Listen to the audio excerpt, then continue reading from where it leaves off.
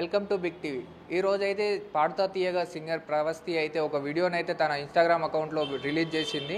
తనైతే పాడుతా తీయ ప్రోగ్రాంలోనైతే బాడీ షేమింగ్కి వివక్షతకు గురైనట్టుగా మాట్లాడుతుంది. అయితే దీనిపై మాట్లాడడానికి మనతో పాటుగా సీనియర్ జర్నలిస్టు వడ్లమనేని దుర్గా గారు ఉన్నారు. వారితో అయితే అడిగి తెలుసుకుందాం. ఇలా ఉంటుందా మేడం, అంటే షోలల్లో ఇలా బాడీ షేమింగ్ కానీ జడ్జెస్ ఇలా మాట్లాడడం అట్లాంటివి జరుగుతుంటుందా? ఈమె జస్ట్ ఆరోపణలు చేస్తుందంటారా? ఇప్పుడు అమ్మాయి ఆరోపణలు చేస్తున్నారా ఏం చేస్తున్నారో అనేది తర్వాత అండి. ఒక చిన్న పిల్ల అన్ని పెద్ద మాటలు మాట్లాడడం అయితే వినటానికి బాగలేదు, నిజంగా చెప్తున్నా. ఎందుకంటే అమ్మాయి గొప్ప సింగర్ అయింది కూడా ఈ రకంగా ప్రోగ్రామ్స్లో పాల్గొనే. పాడుతా తీయగాలో చేశారు, తమిళ్లో కూడా అమ్మాయి చేశారు, ఇంకా చాలా వాటిలో అమ్మాయికి మంచి అవార్డ్స్ కూడా వచ్చాయి. అంటే నన్ను ఎలిమినేట్ చేస్తే నేను కుంగిపోతాను, నన్ను మెచ్చుకుని నాకు అవకాశం ఇస్తే నేను పొంగిపోతానంటే కుదరదు కదా. ఇండస్ట్రీలో ఎన్నైనా జరుగుతాయి. ముఖ్యంగా ఇలాంటి కాంపిటీషన్స్లో ఎలా ఉంటుందంటే మనకి మనం చాలా బాగా చేస్తామని అనుకుంటాం, ఎవరం కూడా నేను బాగా చేయలేదని ఎవరు ఒప్పుకోరు. కాకపోతే ఏంటంటే జడ్జెస్ అక్కడ కూర్చున్నప్పుడు వాళ్ళకి జడ్జిమెంట్ అనేది చాలా కష్టం అవుతుందండి.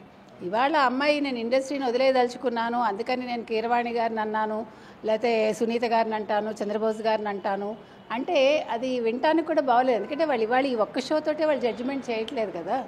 వాళ్ళు గతంలో చాలా చేశారు. ఎస్పీబీ గారితో చేశాను నేను. ఎస్పీబీ గారు నన్ను చాలా మెచ్చుకునేవాళ్ళు. మెచ్చుకుంటారండి, బాగుంటే మెచ్చుకుంటారు, బాగోలేకపోతే చిన్నపిల్లలుగా ఉన్నప్పుడు వాళ్ళని ఏమీ అనరు. ఇప్పుడు అమ్మాయి కొంచెం మెచ్యూరిటీ వచ్చింది కదా అమ్మాయికి. సునీత గారు ఫేస్ ఇలా పెట్టారు అలా పెట్టారు, నన్ను ఫస్ట్ నుంచి ఒకళ్ళ పురుగులా చూశారు అని ఆవిడ అంటున్నారు. I don't think so. మీరు ఇప్పుడు పాడుతా తీయగా 1996 అనుకుంటా స్టార్ట్ అయింది. అప్పటి నుంచి నేను కూడా అన్ని చూస్తూ వస్తున్నాను, అన్ని షోస్ ఆల్మోస్ట్ చూశాను నేను. ఎక్కడ వివక్ష అనేది అయితే నాకు కనిపించలేదండి. ఇవాళ నా మీద దాడి జరగచ్చు, నా కుటుంబం మీద జరగచ్చు, లేకపోతే మేము ఏమైనా చేసుకుంటే కారణం ఎవరు కీరవాణి గారు, చంద్రబోస్ గారు, సునీత గారు, జ్ఞాపిక ప్రొడక్షన్స్, తర్వాత జ్ఞాపిక ప్రొడక్షన్స్కి సంబంధించిన మేనేజర్ అనిల ఎవరో అమ్మాయి చెప్తున్నారు.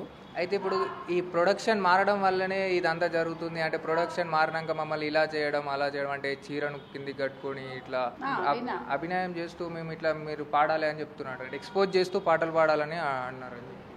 ఏమండి ఇప్పుడు అసలు సోషల్ మీడియా వచ్చాక మీకు ఛానల్స్ ఎన్ని కొత్త పుంతలు తొక్కుతున్నాయి. ఎవరైనా పూర్వంలాగా కూర్చుని ఇప్పుడు ఈవెన్ ఆడియన్స్ కూడా డ్యాన్స్ చేస్తున్నారా లేదా? మీరు ఒక మాట చెప్పండి. ఒక హుషారైన సాంగ్ వచ్చినప్పుడు ఆడియన్స్ కదలకుండా కూర్చుంటున్నారా? కూర్చోట్లేదు కదా. ఇప్పుడు మారింది. ఇప్పుడు మీకు ప్రేక్షకులు చూడాలి, మీకు వ్యూస్ రావాలి, లేదు మీకు ఎక్కువ లైక్స్ రావాలి అంటే మారుతుందండి. ఇవాళ కొత్తగా నన్ను డ్యాన్స్ చేయమన్నారు అంటే మానేయాల్సింది. ఇప్పుడు ఇండస్ట్రీ నుంచి నేను వెళ్ళిపోతున్నాను అని ఆవిడ అన్నారు కదా అమ్మాయి ప్రవస్తి, మరి ఆ పని ఆ రోజే చేయాల్సింది. నన్ను డ్యాన్స్ చేయమన్నారు, నేను చెయ్యను, నాకు ఇష్టం లేదు, నేను ఎలిమినేట్ అయిపోతున్నానని తను సెల్ఫ్ ఎలిమినేషన్ చేసుకోవాల్సింది ఆ రోజు. అవునా కదా?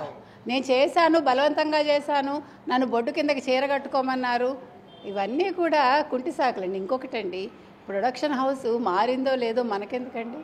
మీకు ఇష్టమై మీరు జ్ఞాపిక ప్రొడక్షన్స్ అయినా మీరు వెళ్ళారుగా, మీరు వెళ్ళే రోజు అది ఆలోచించుకోవాలి, ఇది కొత్త ప్రొడక్షన్ హౌస్ నేను వెళ్ళనని. వెళ్ళాక నేను గొంగట్లో తింటూ వెంట్రుకలు ఏరుతానంటే అది పద్ధతి కాదు. అయినా అంత చిన్న పిల్ల చాలా మెచ్యూర్డ్గా మాట్లాడుతున్నాను అనుకొని వీళ్ళందరి మీద నిందలేయటం అనేది మాత్రం చాలా అసమంజసంగా అనిపించింది నాకైతే. అమ్మాయి వెనకాల ఎవరో ఉండి మాట్లాడిస్తున్నారు, ఇది మంచి పద్ధతి కాదండి. అమ్మాయికి ఇష్టం లేకపోతే చేయటం మానేసి, ఎవరు బలవంతం చేయరు. నేను ఎక్స్పోజ్ చేయను అంటే okay, it's well and good, ఎవడు కాదని అండు. నన్ను ఎక్స్పోజ్ చేయమన్నారు కాబట్టి నేను వెళ్ళిపోతున్నానని చెప్పాలి ఆవిడ. అలా కాకుండా నేను చేశాను కానీ నన్ను ఎలిమినేట్ చేశారు కాబట్టి నేను మాట్లాడతానంటే అది పద్ధతి కాదండి. అది మనం బిగినింగ్లోనే ఆలోచించుకోవాలి. ఇప్పుడు మనం ఒక జాబ్కి వెళ్తాము, మనకి ఫస్ట్ రోజే నచ్చకపోవచ్చు, 2 రోజులు చూస్తాము, 3వ రోజు మానేస్తాం మనం. సో మీరు ఇన్ని ఎపిసోడ్స్ అయ్యాక తను ఈ డెసిషన్కి వచ్చాను అంటే మాత్రం అది వినటానికి కూడా నమ్మశక్యంగా లేదు. మీరు కావాలంటే చూడండి అంటే చూసే కళ్ళకి మీకు అందరికీ అర్థం కాదు, అది ఎవరికి ఏది అర్థం కాదు, వాళ్ళు చూసే దృష్టిని బట్టి ఉంటుంది. జడ్జెస్ కూడా నీకంట ఇంకొక అమ్మాయి ఇంకో సంగతి ఎక్కువ వేసిందేమో ఎవరికి తెలుసు పాటలో. మనం ఎలా జడ్జి చేస్తామండి? నేను పాడేటప్పుడు నేను చాలా అద్భుతంగా పాడాను నేను అనుకుంటా, కానీ నాకు తెలియదు, నాకంటే అమ్మాయి గమకం ఇంకోటి ఎక్కువ వేయచ్చు, అమ్మాయి ఇంకా అద్భుతంగా పాడి ఉండొచ్చు, కానీ నా మనసు అంగీకరించకపోవచ్చు. అయితే ఇంకేమంటుందంటే ఇదంతా స్క్రిప్ట్, అంటే ముందే వాళ్ళంతా ఈ అమ్మాయిని సెలెక్ట్ చేయాలి, మనం ఈమెన్ చేయాలని చెప్పి ముందు అనుకుంటారని ఆమె అది కూడా చెప్తుంది. ఏమంటే అమ్మాయి చూసిందా? ఇప్పుడు ఒకవేళ స్క్రిప్టే అనుకుందాం, అది వాళ్ళ ఇష్టం, వాళ్ళ ప్రొడక్షన్ హౌస్, వాళ్ళు డబ్బులు పెడుతున్నారు, నువ్వు పెట్టట్లే కదా. పోనీ అలా కూడా అనుకుందాము. నీకు ఇష్టమైతే కంటిన్యూ అవ్వు, లేకపోతే మానే, అంతే కదండి. ఒకవేళ వాళ్ళు అలా నిర్ణయం తీసుకున్నారు, తర్వాత ఇంకో మాట కూడా అంది అమ్మాయి, మా దగ్గర డబ్బు లేదు, మేమేమో గిఫ్ట్లు ఇవ్వలేము, నాకెవరు వెనకాల లేరు. ఇవన్నీ పెద్ద మాటలు కాదు. అంటే ఇవన్నీ ఇంతకుముందు ఇవన్నీ ఉండి మీరు వెళ్ళారా వేరే ఏమనాలి కాంపిటీషన్స్కి? కాదు కదా. కాంపిటీషన్ అనేది కాంపిటీషను. జడ్జిమెంట్ ఎలా వస్తుందో ఇవ్వడం ఊహించాం. మనం ఓడిపోతామని వెళ్ళొచ్చు, గెలుస్తామని వెళ్ళొచ్చు. గెలుపు వచ్చినా తీసుకోవాలి, ఓటమి వచ్చినా తీసుకోవాలండి. అది లేనప్పుడు మనం కాంపిటీషన్స్కి వెళ్ళకూడదు. ఆ అమ్మాయి బెదిరింపులు మాత్రం బాగులేవండి. ఆ అమ్మాయి ఎటువంటి అఘాయిత్యాలకి పాల్పడకూడదని మనం కోరుకుంటున్నాం. షీఈ్ వెరీ బోల్డ్, చాలా బోల్డ్గా మాట్లాడుతోంది, చాలా మెచ్యూర్డ్గా మాట్లాడుతోంది అమ్మాయి.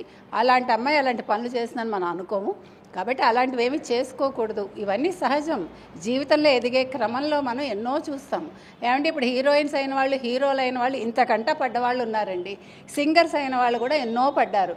ఘంటసాల గారు పడలా, మన ఎస్పీబీ గారు పడలా, సుశీల్ గారు ఎన్ని కష్టాలు పడి ఉంటారు. వీళ్ళందరూ పడ్డాకే వచ్చారు. ఇంతకంట చూసుంటారు. ఆ రోజుల్లో ఇంకా ఎక్కువ ఉంటుంది, మీకు తెలుసా. కాబట్టి ఏదో ఒక చిన్న ఇష్యూ జరిగింది కాబట్టి నన్ను ఎలిమినేట్ చేసేసారు కాబట్టి నేను మాట్లాడతానడం మాత్రం సమంజసం కాదండి నా ఉద్దేశంలో. ఆ అమ్మాయికి ఇంకా లైఫ్ ఉంది, ఫ్యూచర్ ఉంది.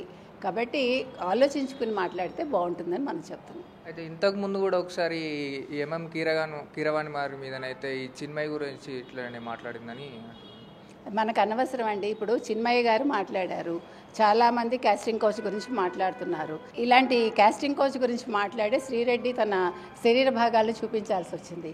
అవన్నీ కూడా అనవసరం అంటాను నేను. కాస్టింగ్ కోచ్ గురించి మాట్లాడండి, లేదంటే మీరు ఇండస్ట్రీలో ఉండకండి. మీకు అది కష్టం అనిపిస్తే తప్పదు. ఇప్పుడు కొన్ని జరుగుతాయి, జరిగిన దాన్ని మనం పోరాడడానికి సిద్ధపడాలి. అంతేగాని ఆ పోరాడే క్రమంలో మనం నిందలు వేయడం మాత్రం సమంజసం కాదని నా ఉద్దేశం. Thank you. విన్నారు కదా, అంటే ఇది ఒక రకమైన నిందలు, అంటే ఎలిమినేట్ చేయడం వల్లనే ఇలాంటి నిందనలు, ఆరోపణలు చేస్తున్నారని అయితే వీరు చెప్తున్నారు. Thank you.